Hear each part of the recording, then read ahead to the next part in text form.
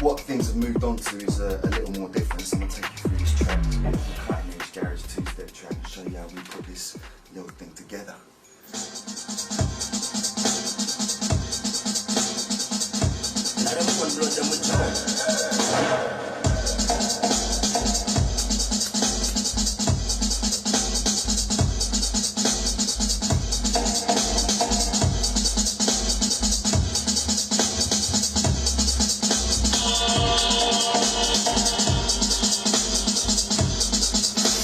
Okay, so what you've got is as you can hear, it's a dub feel on that.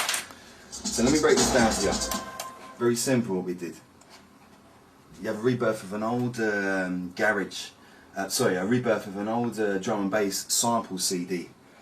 Jungle Warfare probably spark a lot of memories of.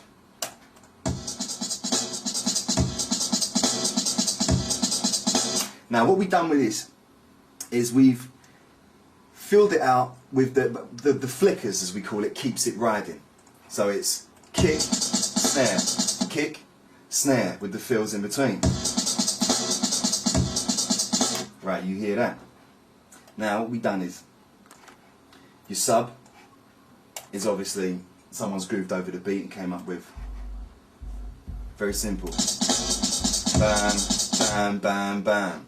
Okay, that's your spine line of it, that's your main groove. You can get sub from almost anywhere, you know, it's a GM sound, you know, a sine wave played on the lower end, of course.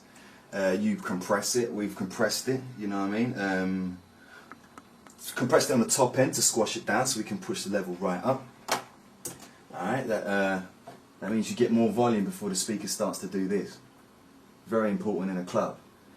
Back in the day I used to watch the speakers start to do this when they played my tracks, because we didn't really know what the hell compression was in those days. And you've got your average, you've got your regular, you know, judger as we call them. Now anyone will be able to hear that's a quick sax riff on a delay with some reverb stuck on it. From what I remember, it's a basic, if you can get in on that, it should be a basic Cubase SX plugin. I think this came with it. I'm not too technical minded. I never actually built this computer.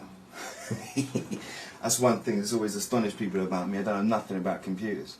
And I think the same with the delays. As your delay, your left speaker's there, your right speaker's there. You can have it going left, right, or left and right simultaneously together. I just turned up the feedback. Goes on for about 8 bars.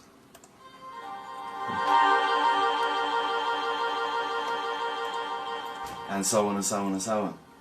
Together with your sound effects, your bass,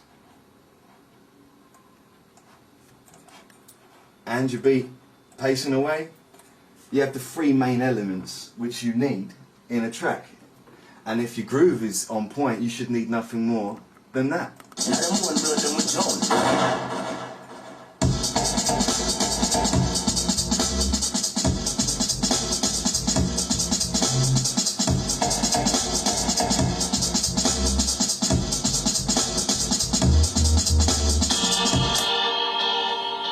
You know? The technique is to have one track open with the delay constantly on it.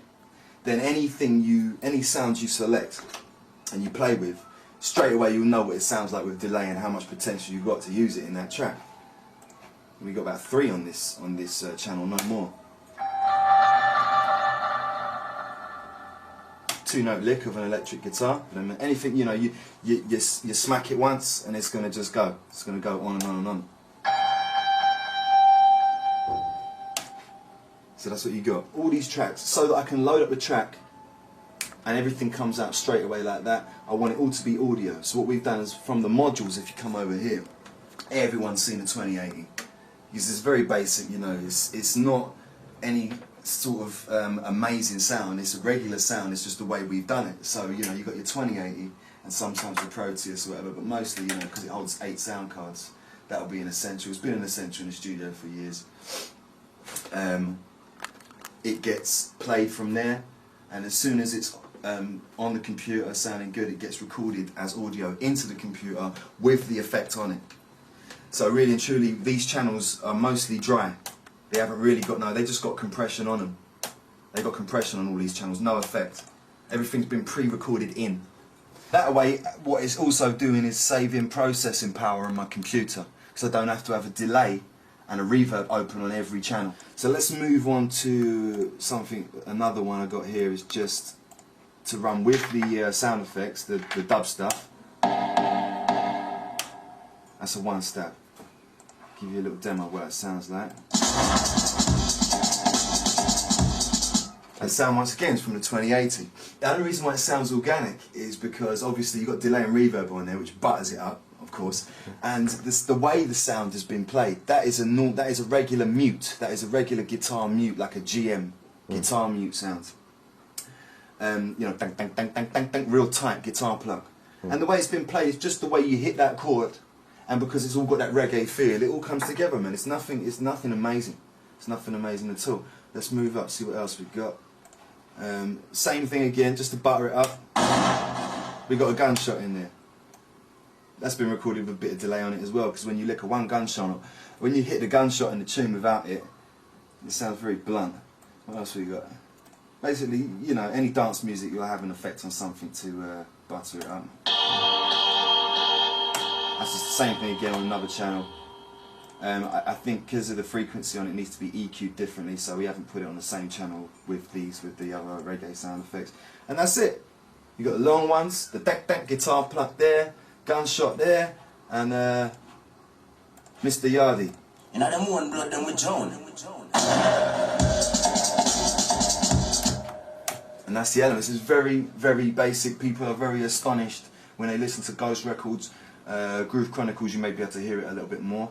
The basicness, the stuff that we're not using.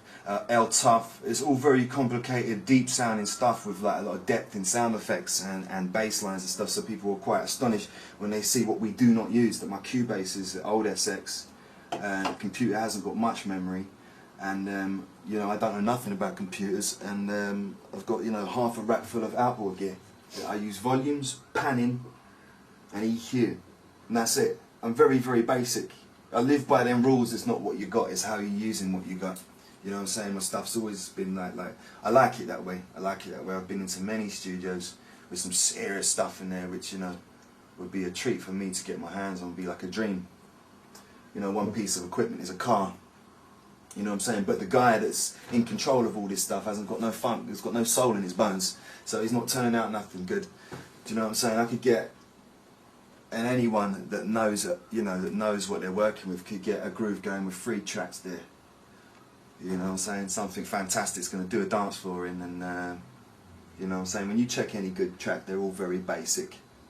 You know, the hooks are significant and basic so that you got a chance to learn it without hearing it 20 times, you know what I'm saying? Okay, so a song format would generally be verse, bridge, chorus, verse, bridge, chorus, middle 8, which would be the change, take the song somewhere else, and then back to choruses again. They want to ram a few more choruses down your throat before the tune finishes, and you've got to get that done in about 3 minutes, 2.5 to 3 minutes. That's all the radio's going to play. And it'd be the same in garage. You've got literally a few elements, probably same in house, same in drum and bass. You've got a few elements only to play with. You've got to make them interesting for 5 minutes. You've got to keep it moving, and you've got to consider your 16s and your 8s, because somebody's got to try and mix it.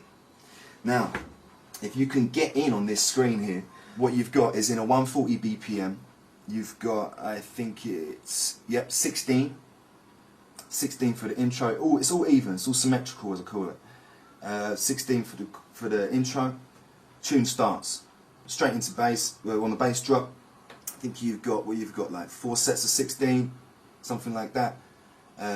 16 again, break, change on the second half of the track when the bass drops in again from the mid break. You've got the change in bass.